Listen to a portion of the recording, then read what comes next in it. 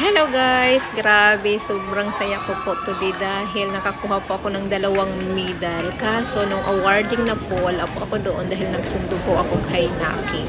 So yung kaklase ko po, chinat niya na lang po ako na nakakuha po ako ng 2 medal. Oh my God, I'm so happy talaga guys kasi hindi ko talaga iniisip na makakakuha talaga ako dahil nung unang tira ko po talaga at pangalawang tira na pupunta po sa kanal, ang pangit talaga. Tapos sabi ko sana makabawi ako sa dulo. So doon na ako sa dulo talaga nakabawi guys. Kaya thank you po sa mga mahal kong kaklase. Grabe yung suporta nyo po sa akin. Nananahimik lang po kayo doon sa gilid. So itong video na to hindi ko po to alam. Kinukuhaan lang po talaga nila ako. Thank you guys. I love you po. So ito guys yung pagkain namin. Ito yung binigay na pagkain after namin maglaro sa bowling. Yummy, kain po tayo.